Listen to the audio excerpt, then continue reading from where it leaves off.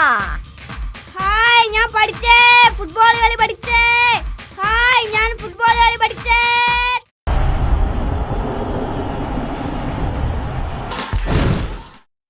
Goal goal goal.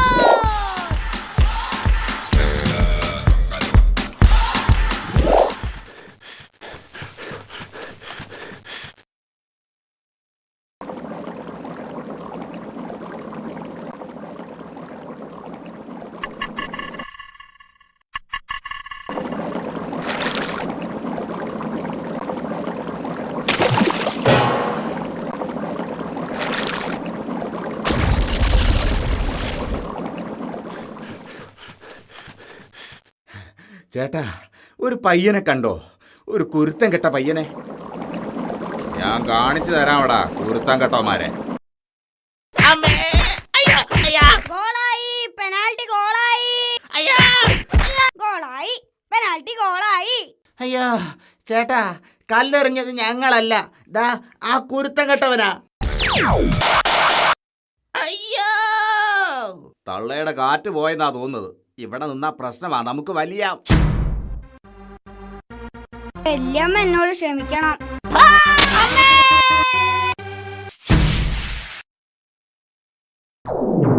അവൻ നീ എങ്ങനെ ഇവിടെ എത്തി? Self goal. ശരി സാർ, ഓക്കെ ഓക്കെ സാർ. ഏയ് ഇല്ല ഇല്ല ഇല്ല ഇല്ല, താങ്ക് യു സാർ. ഓ, അങ്ങനെ ഒരു സീറ്റ് ഒപ്പിച്ചു. എടാ ടിൻഡോ. എന്താച്ചാ? എടാ, ഇതിപ്പോ ഇക്കൊല്ലത്തെ 4ാമത്തെ സ്കൂളാ മാറുന്നത്. ഇനിയെങ്കിലും ഇതൊക്കെ ഒന്ന് നിർത്തിക്കൂടെ? എനിക്ക് നിർത്തണം എന്നൊക്കെ ആഗ്രഹമുണ്ട്, പക്ഷെ അച്ഛനും അമ്മയും സമ്മതിക്കാനിട്ടല്ലേ. എന്ത് പഠിപ്പ് നിർത്തണ കാര്യല്ലേ അച്ഛൻ പറഞ്ഞത്?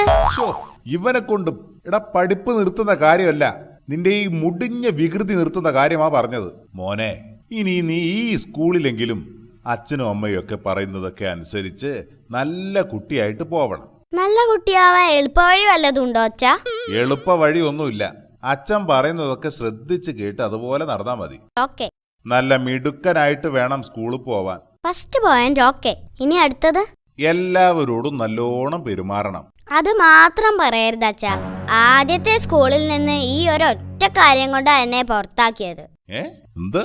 നല്ലോണം പെരുമാറിയതിന് ആരേലും പുറത്താക്കൂടാ? ഞാൻ പറയാച്ചാ. അതായത് അടുത്തിരുന്ന ടോണിയുടെ ബുക്ക് നോക്കി ഞാനൊന്ന് എഴുതാൻ ശ്രമിച്ചു. അപ്പൊ അവൻ അത് കാണിച്ചു തന്നില്ല. അന്നേരം ഞാൻ അവനെ നല്ലോണം പെരുമാറി. അവൻ അങ്ങനെ 3 ദിവസം കട്ടിലിൽ നിന്ന് എഴുന്നേറ്റില്ല. എനിക്കപ്പ തന്നെ TC തന്ന് പറഞ്ഞു വിട്ടു. അച്ഛൻ അതൊഴിച്ച് വേറെ എന്ത് വേണേലും പറഞ്ഞു. ഇവനെ കൊണ്ട് ഞാൻ അതല്ല മോനെ, ടീച്ചറുടെ അടുത്ത് നല്ലൊരു ഇംപ്രഷൻ ഉണ്ടാക്കണം. ഒരൊറ്റ നോട്ടത്തിൽ തന്നെ ടീച്ചറെ വീഴ്ത്തണം. ഈ അച്ഛൻ എന്നെ കുരുത്തക്കേട് പഠിപ്പിക്കാനായി ഇറങ്ങിയതാണോ? ഈ വർഷം ഞാൻ 2ാമതായി ചേർന്ന സ്കൂളിൽ അച്ഛൻ പറഞ്ഞതുപോലെ ഞാൻ ടീച്ചറെ ഒറ്റ നോട്ടത്തിൽ വീഴ്ത്താൻ നോക്കി.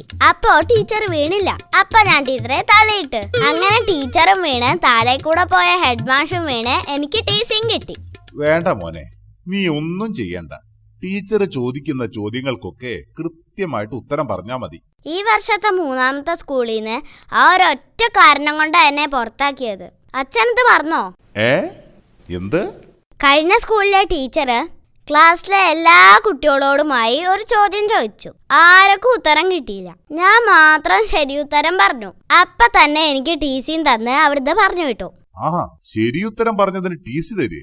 ആട്ടെ, എന്തായിരുന്നു ചോദ്യം? ടീച്ചറുടെ മേശയുടെ അടിയിൽ മൂത്രം ഒഴിച്ചതാര് എന്നായിരുന്നു ചോദ്യം. സത്യമായിട്ടും അത് ഞാനായിരുന്നു. ഈ ശരിയുത്തരം പറഞ്ഞതും സ്കൂളിൽ നിന്ന് പുറത്താക്കിയതും ഒരുമിച്ചായിരുന്നു.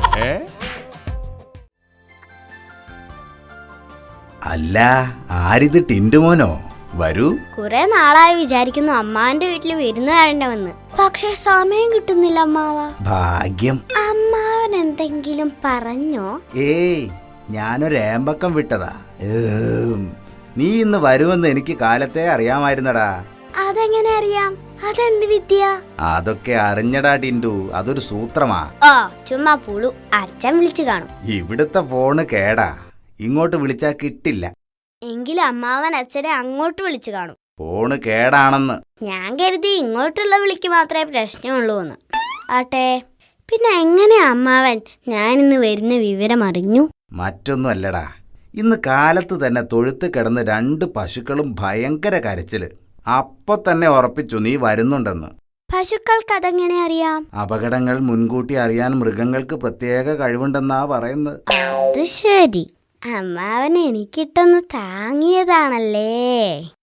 ഏതായാലും നീ ഇരിക്ക്, ചോദിക്കട്ടെ, എന്തൊക്കെയുണ്ട് സ്കൂളിലെ വിശേഷങ്ങൾ? എല്ലാവരും സുഖമായിരിക്കുന്നു. സുമ ടീച്ചറുടെ കല്യാണം കഴിഞ്ഞു. അതല്ലടാ, സുമ ടീച്ചറുടെ കല്യാണം. എടാ, നിന്റെ പഠിത്തമൊക്കെ എങ്ങനെ പോകുന്നൂന്ന്? ഓ, അങ്ങനെ പോകുന്നു. അതിന്റെ കാര്യം പറയാത്തതാ നല്ലത്. എടാ, കുട്ടികളായാൽ നന്നായിട്ട് പഠിക്കണം. നിന്റെ പ്രായത്തിൽ ഞാനായിരുന്നു ക്ലാസ്സിൽ 1-ാമൻ. എന്നിട്ടെന്താ കാര്യം? വലുതാവുമ്പോ പശുവിന് തീറ്റയും കൊടുത്ത് കഴിഞ്ഞുകൂടാ. പഠിത്തത്തിന്റെ കാര്യവും പറഞ്ഞ് ഒരു സ്വൈര്യം കിട്ടാതിരുന്നിട്ട് അങ്ങോട്ട് പോകുന്നത്. ഇവിടെ അതിനേക്കാളപ്പുറം ഞാൻ പോവാ. എങ്കി പിന്നെ അങ്ങനെ ആവട്ടെ. അയ്യടാ, ഞാൻ പുറത്തോട്ടല്ല, വീട്ടിനകത്തോട്ടാ പോകുന്നത്. ഒരാഴ്ച കഴിഞ്ഞിട്ടേ ഞാൻ തിരിച്ചു പോകുന്നുള്ളൂ. കണ്ടകശനി കൊണ്ടേ പോവൂ. അത് പോട്ടെ, ആരാ നിന്റെ class teacher? Suma teacher. Teacher ആളെങ്ങനെ? വൈകി പോയമ്മാവാ, ടീച്ചറുടെ കല്യാണം കഴിഞ്ഞു. അതല്ല മോനെ, നന്നായി ക്ലാസ് എടുക്കുവോ എന്ന്. നല്ല ടീച്ചറാ. നമ്മുടെ കുടുംബകാര്യങ്ങളിലൊക്കെ ടീച്ചർക്ക് വളരെ ശ്രദ്ധയാ. ഓഹോ. കഴിഞ്ഞ ദിവസം ചോദിക്കുക, എടാ ടിൻറ്റു, നിനക്ക് അനിയനുണ്ടോ എന്ന്. ഞാൻ പറഞ്ഞു ഇല്ല. ഏട്ടനുണ്ടോ എന്നായി അടുത്ത ചോദ്യം. അപ്പൊ ഞാൻ പറഞ്ഞു, എനിക്ക് അനിയനുമില്ല ചേട്ടനുമില്ല, ഞാൻ ഒറ്റ മോനാ എന്ന്. അപ്പൊ ടീച്ചർ എന്തു പറഞ്ഞു? ദൈവത്തിന്